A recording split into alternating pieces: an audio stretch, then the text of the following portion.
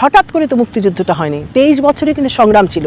ওখানে মৌলানা ভাসানী ছিলেন, বঙ্গবন্ধু, তাজউদ্দিন, আরও নানা মানুষ, এই যে তিলে তিলে তিলে তিলে একটা অবস্থায় এসে এই হঠাৎ করে তো 23 বছরের সংগ্রাম তো একদিনে হয়নি। ওই সংগ্রাম হতে হতে একটা জায়গায় জাতি তখন একটা ক্রান্তি লগ্নে, ওরা তখন স্বাধীনতাটাকে তারা চেয়েছিল, রাইট?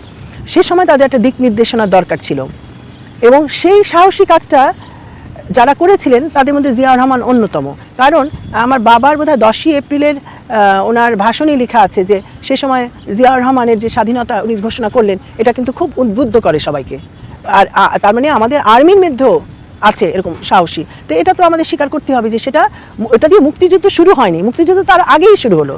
মুক্তিযুদ্ধ কিন্তু 25শে মার্চের আগেই কিন্তু তখন হচ্ছে, আপনি যশোরে দেখেন, তখন ওইসব জায়গায় কিন্তু অলরেডি সংগ্রাম আরম্ভ হয়ে গেছে, হয়ে গেছে। কুষ্টিয়া ওগুলি জায়গা, ওরা তো কারো স্বাধীনতার ঘোষণার অপেক্ষায় থাকেনি, ওগুলো তো অলরেডি আরম্ভ হয়ে গেছে। বাট ওনার এই ঘোষণাতে এই যে বাংলাদেশের যেসব আর্মি অফিসাররা, আনসার